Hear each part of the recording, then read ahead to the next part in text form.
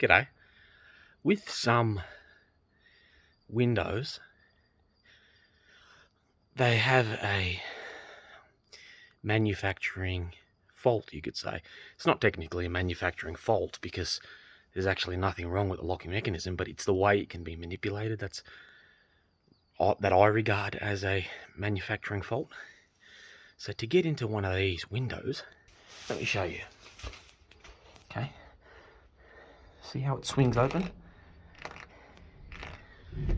Now in this video, I'm not actually going to smash it and show you. I'm just going to show you. Because it's very straightforward.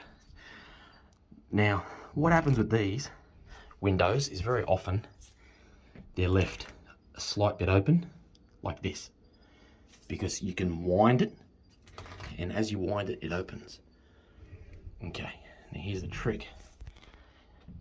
What you do is you get something to pry it, so you open it as much as possible until you get to about here. It usually gives a little. And can you see that thing that's now broken? I'll lift it up because I broke it. This, that's all it is. That is attached to that when it works properly. See that winder? So when you wind it, this thing goes forward and retracts. You can go back and forth as you wind it forward or wind it back, but when attached to that. And when you wind it forward, this does this. Wind it back, it does this. So most of them, what they do is allow a little bit of opening even while still attached, because it's often a chain. It looks like a bike chain link. So if you look at it properly,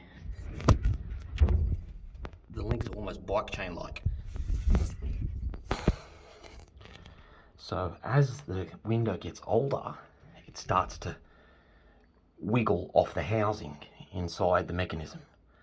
So inside the housing is a mechanism, and that mechanism starts to wiggle out. When it's brand new, I dare say it won't budge a bit, but they're not that common anymore. They're very old. You could say 20, 30 years old. These days, you find different awning windows and windows that retract with a similar principle, but with not much as a fault. So all you have to do is open it a tad, sit your bum on the floor, and as I did when this was like that, hit it with a hammer. Apply as much pressure as you can, and that thing will eventually smash off the timber. It has to. It's not that, no timber is that strong to keep that there with a hammer. So look at it. And nearly 95% of these window types have that fault. They're very easy to open and manipulate. Very, very easy. As a matter of fact, I've done about 9 or 10 windows in this row just to prove that point. Every single one I succeeded at. It's that fucking easy. So if you're in a situation where you want to get into a place with that type of window, and you see that mechanism, and guess what? You know how to get in. Even if you don't have a hammer, you can improvise something. A stone, a brick, a rock. You just keep smashing at that, eventually it opens, and you're in like Flynn. So these are the little bits and pieces of breaching that you need to know, so your breaching vocabulary is full. Not to do any illegitimate stuff, but to have a fighting chance in an urban survival situation where sheltering is pivotal, and it could mean life or death. So that's why I'm showing you this stuff. I'm not showing you this stuff so you can be naughty.